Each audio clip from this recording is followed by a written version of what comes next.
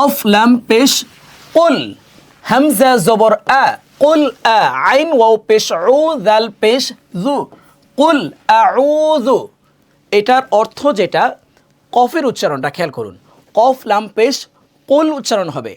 আমরা অনেক সময় কুল আউযু বি রব্বিন নাস বলে থাকি। কুল অর্থ হলো তুমি খাও। আল্লাহ তাআলা নবীকে বলছে, হে নবী তুমি বলো, হে নবী আপনি বলুন। তা আমি যদি বলি কুল, তাহলে অর্থ হবে হে নবী আপনি খান। অর্থটা কতটা পরিবর্তন হয়ে যায় খেয়াল করুন। বা জের বি, র বা জবর রব, বা নুন জের বিন, এখানে কিন্তু গুণ্য হবে। হ্যাঁ, নুনের মধ্যে তাসদিদ হলে ওয়াজিব গুণ্য হয়।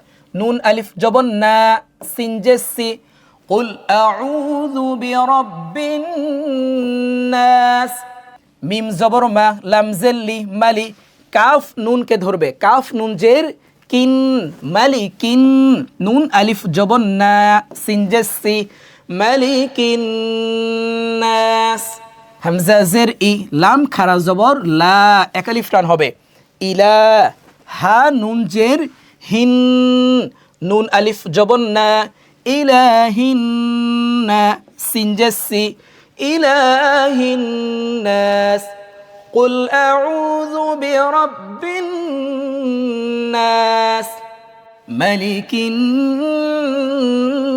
নাস, ইলাহিন নাস।